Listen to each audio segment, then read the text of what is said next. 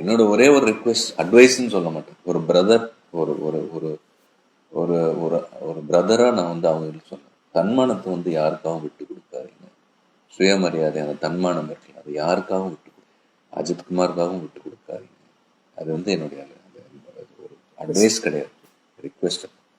அவங்க வேலையை வந்து 100% இறங்கிடுங்க. ஆஃபீஸுக்கு போகிறீங்களா இல்லை படிக்கிறீங்களா, அதில் மட்டும் கவனம் செலுத்துங்க. அது மட்டும்தான் அவங்களை காப்பாற்றும். அறியாமையை வந்து ஒழிச்சு கட்டுங்க. அறியாமை வந்து இது பிக்கஸ்ட் டிசீஸ்.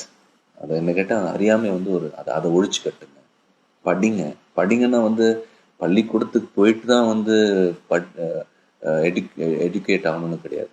நான் 10ஆம் கிளாஸ் தான், பட் அடிபட்டு நிறைய இப்போ படிப்பறிவு பட்டறிவுன்னு சொல்லுவோம். எனக்கு வந்து பட்டறிவு வேண்டாம், அது ரொம்ப லாங் ரூட், அது ரொம்ப கஷ்டமான ஒரு இது. படிங்க. இப்போ நான் உணர்றேன், ஐயோ நான் படிக்காம போயிட்டேன்னு. அப்பெல்லாம் சொல்லுவாங்க படிடா, ஏறல, அது வேற விஷயம். இன்னைக்கு நான் உணர்றேன், படிச்சிருக்கலாமோ, இவ்வளோ வந்து அடிபட்டு வளர வேண்டிய அவசியம் ஏற்பட்டிருக்காது.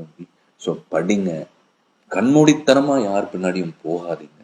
கண்மூடித்தனமா வந்து யாரையும் நம்பாதீங்க. உங்க படிப்பு உங்களுடைய மனசாட்சி மட்டும் உங்களை காப்பாற்றும்.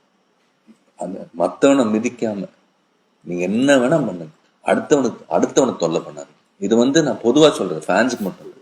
நீங்க என்ன வேணா பண்ணுங்க, என்ன வேணும், யார் என்ன வேணா, உங்களுக்கு பிடிச்ச விஷயத்துல வந்து ஈடுபடுங்க. ஆனா அடுத்தவனை தொல்லை பண்ணாதீங்க. அடுத்தவன் காலை மிதிச்சு முன்னேறாதீங்க. நல்ல ஃப்ரெண்ட்ஸா இருக்கீங்களா, குட்.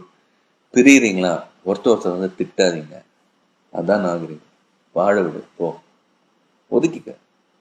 10 பேருக்கு போய் அவனை பத்தி இதே தவறு ஒதுங்கிக்க, டீசெண்டா ஒதுங்கிக்க, கையை கொடுத்தா அப்படியோ. இது வந்து என்னுடைய ரிக்வெஸ்ட். பட் யாரையும் வந்து கண்மூடித்தனமா நம்பாதீங்க. நான் இன்னைக்கு சினிமாவில் இருக்க, நாளைக்கு நான் இல்லாமல் போகலாம். இது வந்து என்னுடைய ரிக்வெஸ்ட்.